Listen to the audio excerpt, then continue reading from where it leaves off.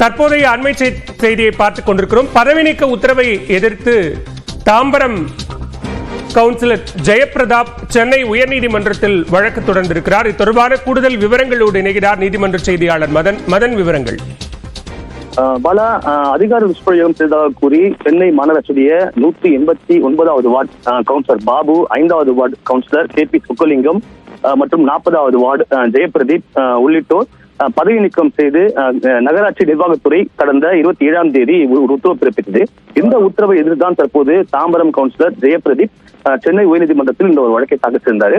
அதாவது தாம்பரம் மாநகராட்சியுடைய 3வது மண்டல குழு தலைவராக அவர் இருந்ததாகவும், அவருக்கு எதிராக கவுன்சிலர்களை கலந்து ஆலோசிக்காமல் தன்னிச்சையாக செயல்பட்டதாக கூறி அவரை பதவி நீக்கம் செய்யப்பட்டதாகவும், தன்னுடைய விளக்கத்தை கேட்காமல் பிறப்பிக்கப்பட்ட அந்த உத்தரவு தடை விதிக்க வேண்டும் என்றுதான் இந்த ஒரு வழக்கு தொடர்ந்தார். இந்த வழக்கை விசாரித்த நீதிபதி சத்யநாராயண பிரசாத் இந்த மனு தொடர்பாக பதிலளிக்க வேண்டும் என்று உத்தரவிட்டு இந்த வழக்கு விசாரணை மீண்டும் 21ஆம் தேதிக்கு தள்ளி வைக்கப்பட்டுள்ளது.